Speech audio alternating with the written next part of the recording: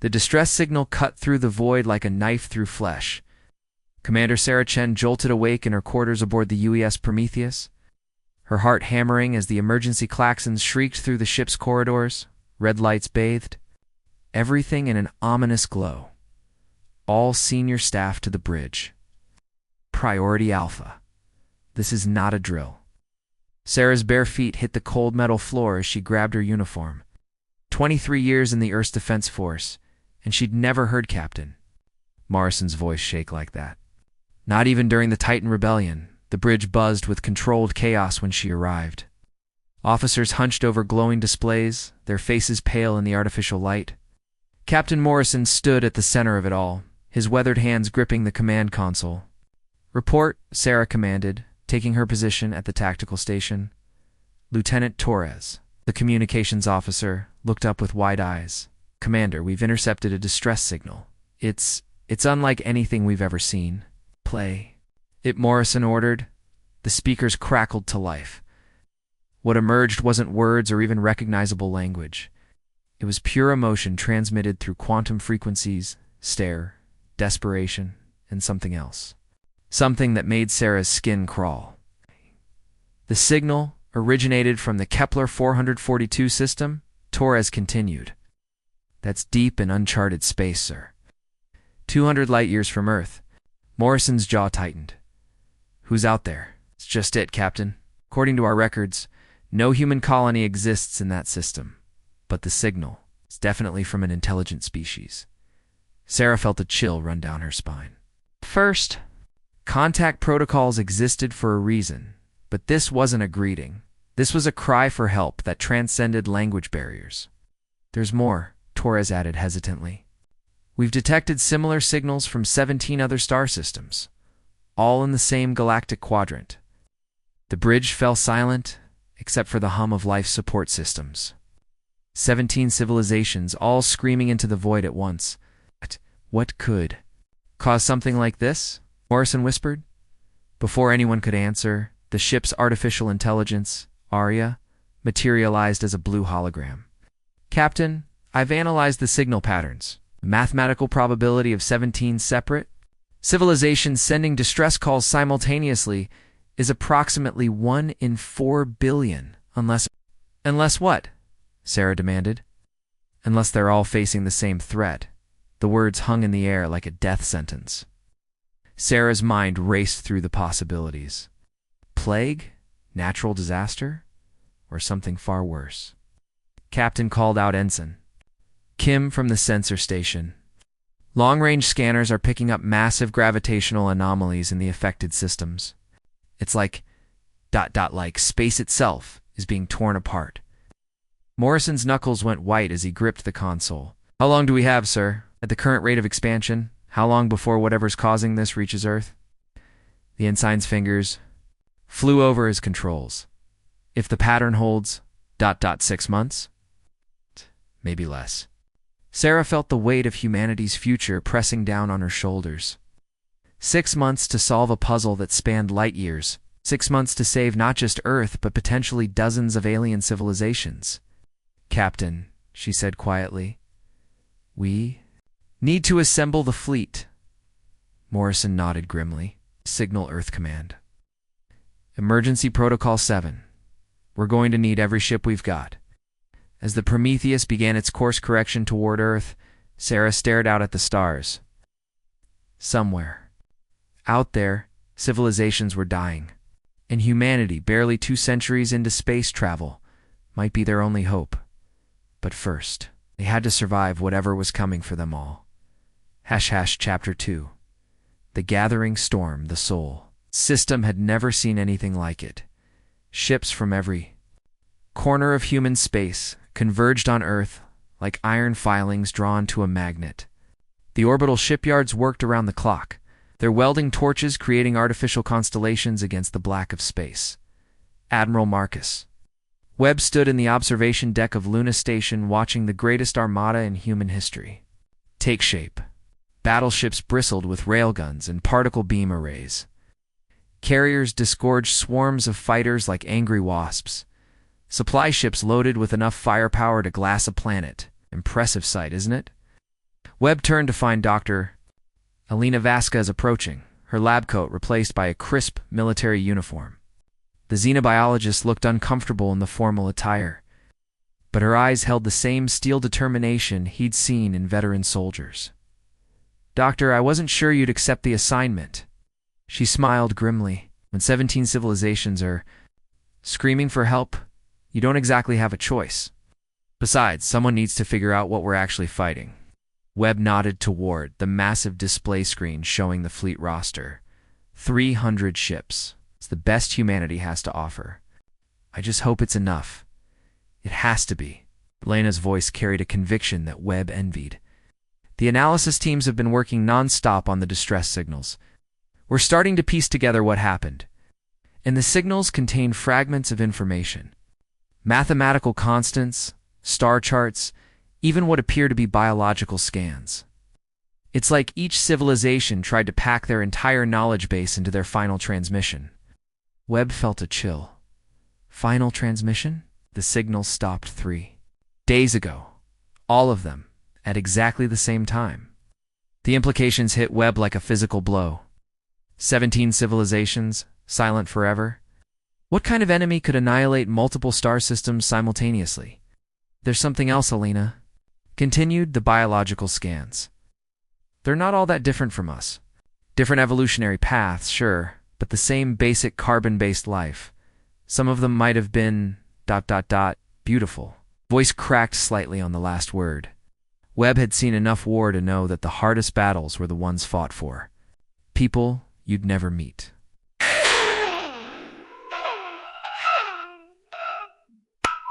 Whatever's causing this, it's not just destroying planets. It's unraveling the fabric of space-time itself. Before Webb could respond, his communicator chimed. "Admiral, this is Fleet Command. We're receiving an urgent transmission from the Advanced Scouts." Webb's blood ran cold. The Advanced Scouts' 3 fast reconnaissance ships had been sent ahead to the nearest affected system. They should have been days away from their destination. "Patch it through." The voice that crackled through the speakers belonged to Commander Hayes, veteran of the Proxima campaign. But now he sounded terrified. "Fleet Command, this is Recon 3. We've reached the Kepler 442 system. My God, there's nothing left. The star is there, but the planets... they're just gone. No debris, no asteroid fields. It's like they were never there at all." Webb exchanged glances with Alina, an enemy that could make planets vanish without a trace. "Commander Hayes, can you detect any?" The transmission cut to static. Then, after a moment that felt like eternity, Hayes' voice returned. But it was different now, strained, desperate. "Admiral, we've got massive contacts on long-range sensors. They're coming this way, moving faster than anything we've ever seen. We're trying to run, but they're gaining on us. How long until they reach you?" "At current speed, maybe 30 minutes. But Admiral, you need to know something. These aren't ships. They're something else entirely." The transmission dissolved into static again.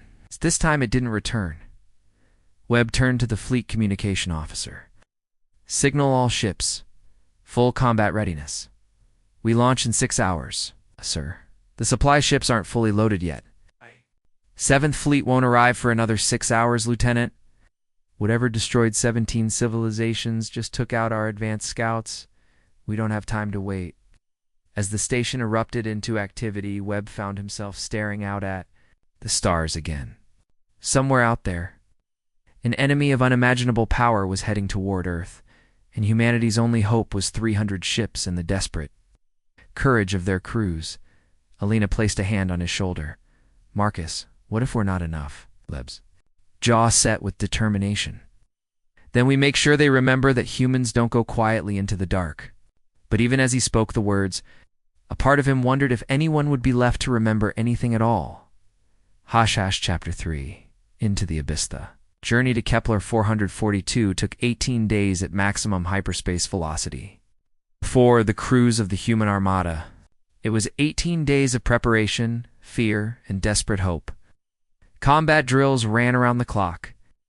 Weapons were tested and retested. Prayers were whispered in dozens of languages. Commander Sarah Chen stood in the briefing room of the UES Prometheus, surrounded by holographic star charts and tactical displays. The faces of her senior staff reflected the same grim determination she felt burning in her chest. Long-range sensors confirm Commander Hayes' report, she announced. The planets are gone, not destroyed gone, as if they were simply erased from existence. Lieutenant Torres raised his hand. Ma'am, how is that even possible? The energy required to completely disintegrate a planet would be incomprehensible, finished Dr. Vasquez from her position at the science station. We're not dealing with CONVENTIONAL. Weapons here. This is technology that operates on principles we don't understand. Chief Engineer Murphy, his Scottish accent thick with worry, leaned forward. But every technology has limits, even theirs. The question is, can we find them before they find us? Sarah activated the tactical display. Intelligence suggests the enemy moves in a pattern. They seem to target inhabited worlds first, then systematically work through each system. If we can intercept them between systems, we might have a chance, finished Captain Morrison, joining the briefing via hologram from the fleet command ship. But Sarah, I need you to understand something. This isn't just about winning a battle. If we fail here, Earth dies. Everyone we've ever known or loved dies. The weight of those words settled over the room like a burial shroud. Sarah had faced death before, but never on this scale. Never with the fate of humanity hanging in the balance. Sir, she said quietly, we won't fail. Morrison's weathered face showed the ghost of a smile. That's what I like to hear. Now there's something else. We've detected some kind of energy signature in the system. It's faint, but it's there. Almost like what? Like something's still alive. Before anyone could respond, the ship's alarms began blaring. Red lights bathed the briefing room as Arya materialized in the center of the table. Alert. Multiple contacts emerging from hyperspace. Configuration unknown. Threat level extreme. Sarah's heart stopped. How many? 19 distinct signatures. They're massive, Commander. Each one is larger than our entire fleet. The room erupted into motion. Officers sprinted to their stations while Sarah made her way to the bridge. Through the viewports, she could see the other ships in. The Fleet 300 vessels that had seemed so formidable just moments ago, now they looked like toys. Visual contact, called out Ensign Kim. The main screen flickered to life, and Sarah felt her blood turn to ice.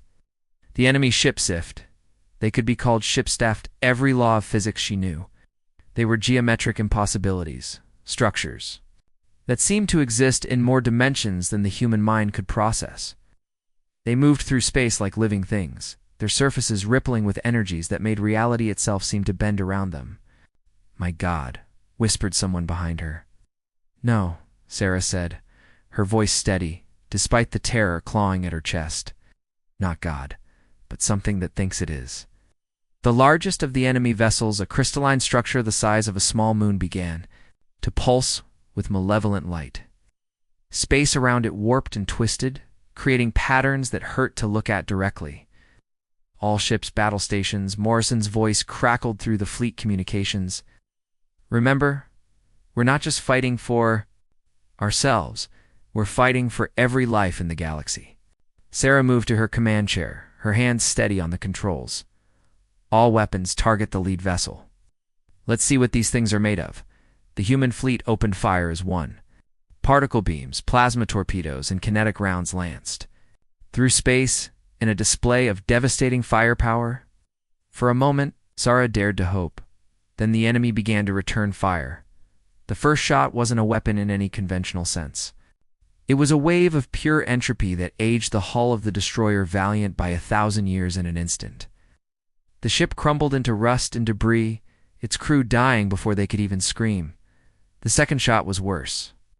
It reached out across space and simply deleted the cruiser Defiant. One moment it was there, the next it wasn't.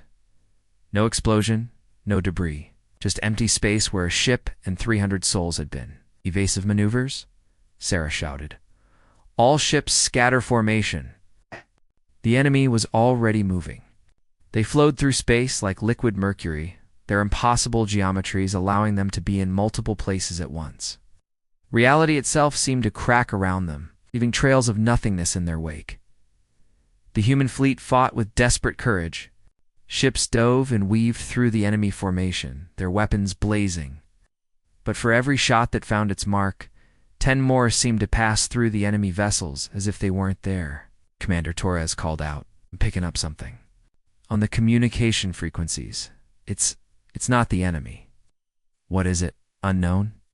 But it's coming from the center of the system, where the planets used to be." Sarah made a decision that would haunt her for the rest of her life. Half the fleet maintain engagement, the other half with me. We're going to investigate that signal. As the Prometheus and its escort ships broke away from the battle, Sarah could see the enemy vessels turning to follow. Behind them, the remaining human ships fought with the fury of the damned, buying precious time with their lives. "Whatever's out there," she whispered to herself, "it better be worth it." But as they raced toward the heart of the dead system, Sarah couldn't shake the feeling that they were flying straight into the jaws of hell itself. Chapter 4. The Heart of Darkness, The Journey to the System Center. Took 3 hours through the twisted wreckage of space-time, where planets had once orbited. Now only phantom shadows remained. Glimpses of worlds that existed in dimensions the human mind couldn't grasp. Sarah watched the tactical display with growing unease. Behind them, the battle raged on. The fleet was taking massive casualties, but they were buying time. Every minute counted. Commander Dr. Vasquez called from the science station. "I'm reading massive energy signatures ahead. It's like the fabric of reality is being held together by force of will." "Whose will?" Sarah asked, though she dreaded the answer. "I don't know, but it's not human. And it's not like the enemy either. This is something else entirely." Ow. Prometheus shuddered as it passed through a field of distorted space. Warning lights flashed as the ship's systems struggled to compensate for the impossible physics around them. "Visual contact," announced Kim. The main screen revealed something that defied description. In the center of the system, where the stars, gravity should have been strongest, hung a structure that seemed to be built from crystallized time itself. It was beautiful and terrible, a prison of light and shadow that pulsed with the rhythm of a dying heart. "It's a cage," whispered Torres. "But what's inside?" As if in answer to his question, the structure began to change.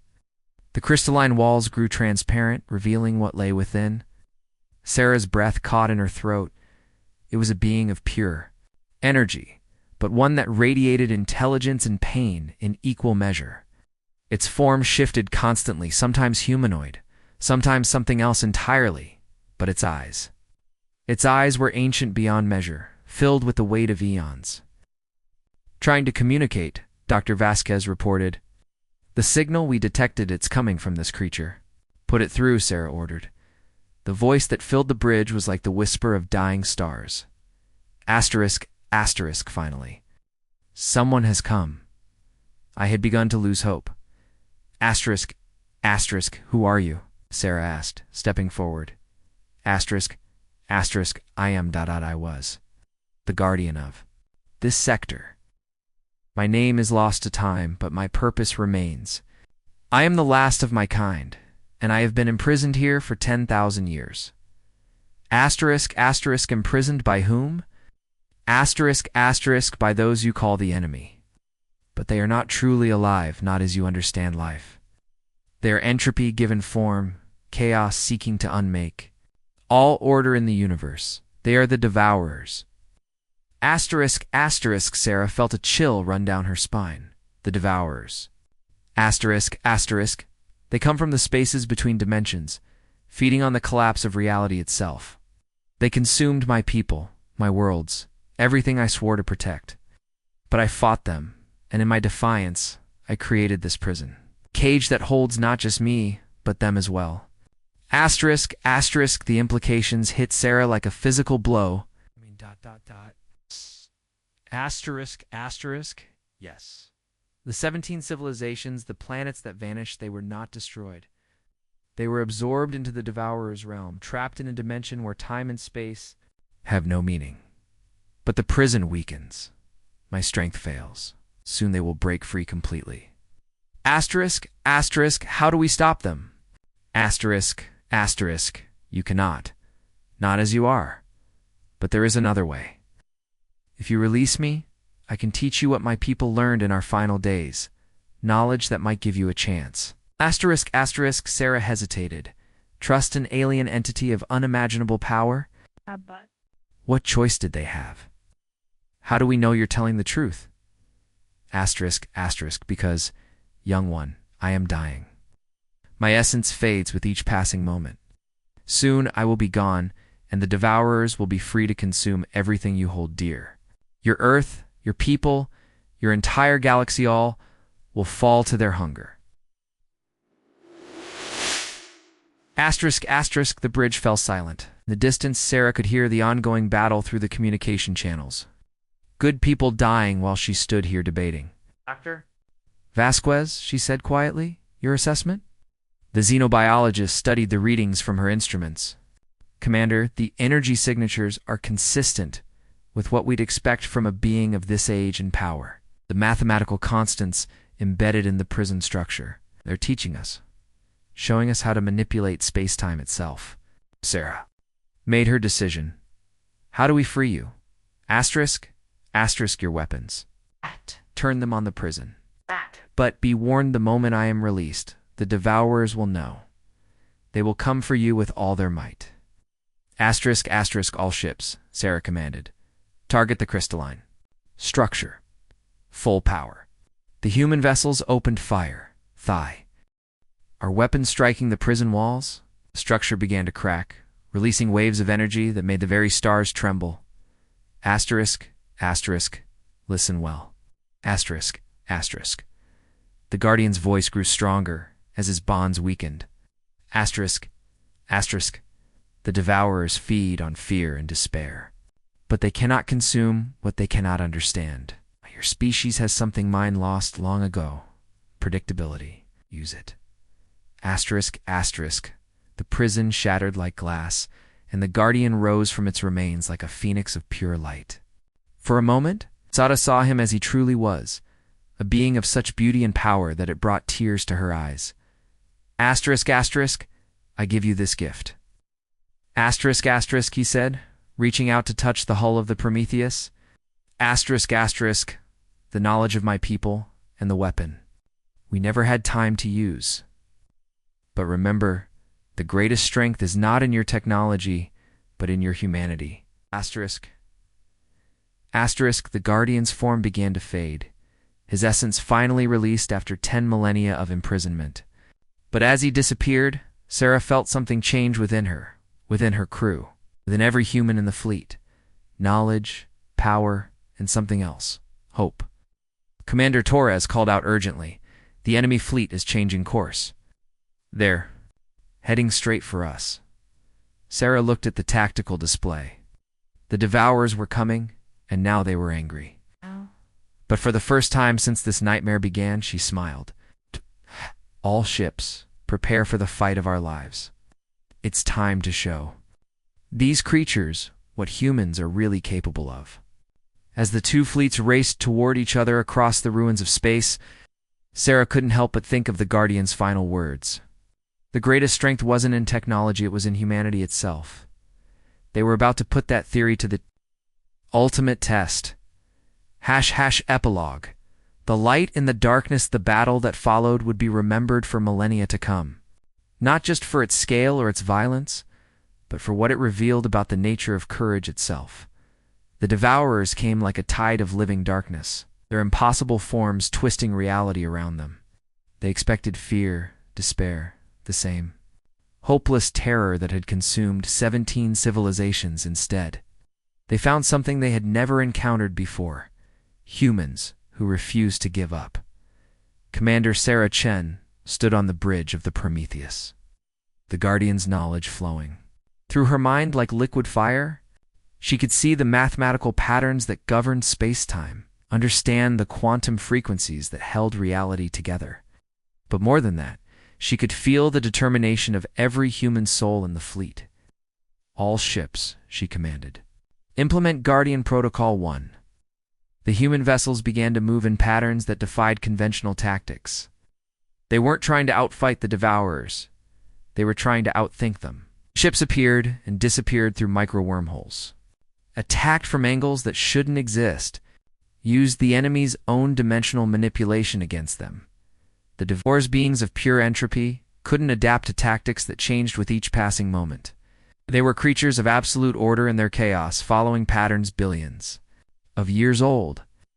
But humans were chaos within order, creativity within structure. Direct hit on the lead vessel, reported Kim. It's actually damaged. For the first time in the battle, one of the Devourers flickered and wavered. Green energy bled from its crystalline form like luminous blood. Asterisk, asterisk, impossible. Asterisk, asterisk, a voice echoed across all frequencies, the collective consciousness of the Devourers speaking for the first time. Asterisk, asterisk, you are insects, mayflies. You cannot harm. Asterisk, asterisk, we're not trying to harm you, Sarah replied, her voice carrying across space itself. We're trying to save you. The enemy fleet paused, confusion rippling through their ranks. Dr. Vasquez, Sarah continued, begin the transmission. Lena's fingers flew over her controls, broadcasting the mathematical formula the Guardian had. Embedded in their minds, it was beautiful in its complexity equation that described not destruction, but restoration. A way to return the consumed dimensions to normal space. Asterisk, asterisk, what are you doing? Asterisk, asterisk, the Devourers demanded, giving you a choice. Sarah said, you don't have to be entropy. You don't have to consume everything. The Guardian showed us you used to be like us. Living beings who lost their way. Images flashed across the communication channels. The Guardian's memories shared through the quantum link. The Devourers, as they once were a proud species of explorers and builders, consumed by their own hunger for knowledge until they became something else entirely. Asterisk, asterisk, we, ... We remember, asterisk, asterisk, the voice was different now, tinged with something that might have been sorrow. Asterisk, asterisk, but we cannot go back. We are what we are. Asterisk. Asterisk, you can choose to be something else, Sarah insisted. The 17 civilizations you absorbed there, still alive in your dimension, you can release them, can stop the hunger. The largest Devourer moved closer, its form shifting and changing. Asterisk, asterisk, and if we refuse? Asterisk, asterisk, Sarah looked around the bridge at her crew, at the faces of people who had followed her into hell itself. Then we'll stop you, all of us. Every human who draws breath will stand against you until the stars burn out. The Devourer studied the human fleet, 300 ships against 17 beings of godlike power. By all logic, it should have been no contest, but the Devourers were learning what 17 civilizations had not. Humans didn't follow logic when it came to protecting what they loved. Asterisk, asterisk, you would all die. Asterisk, asterisk, the Devourer observed. Yes, Sarah said simply, but we die human, and sometimes that's enough. The silence that followed stretched across light years. Then, slowly, the Devourers began to change. Their crystalline forms grew brighter, more solid. The dimensional distortions around them started to stabilize.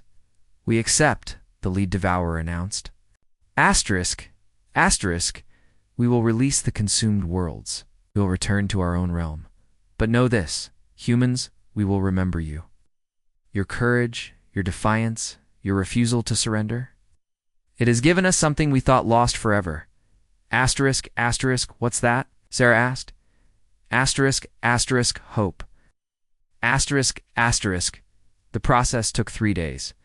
One by one, the absorbed civilizations were returned to normal space.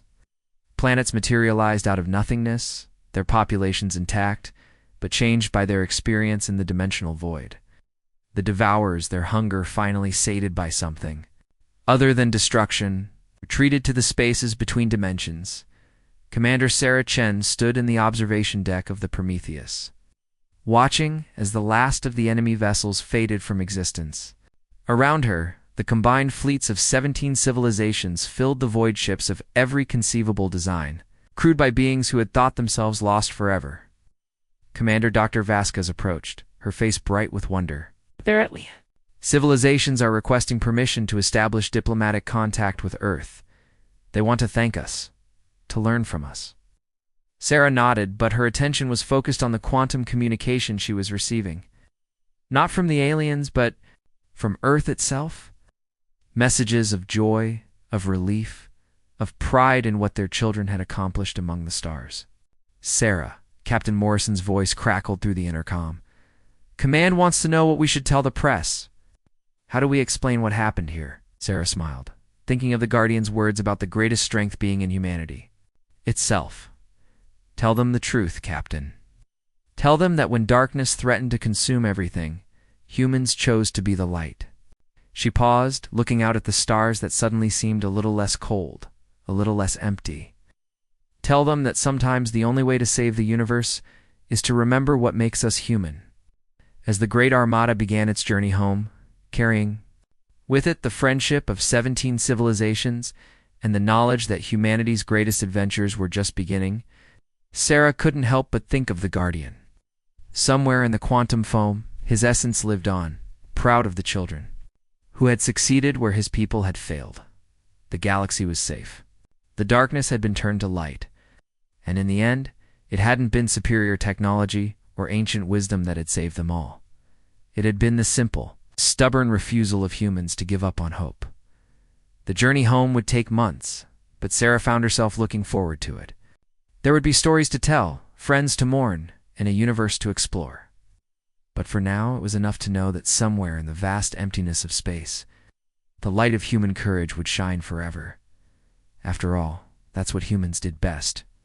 They endured, they adapted, and they never, ever gave up, even when the universe itself seemed determined to prove them wrong. Asterisk story word count, approximately 6,500 words reading time, 35 minutes.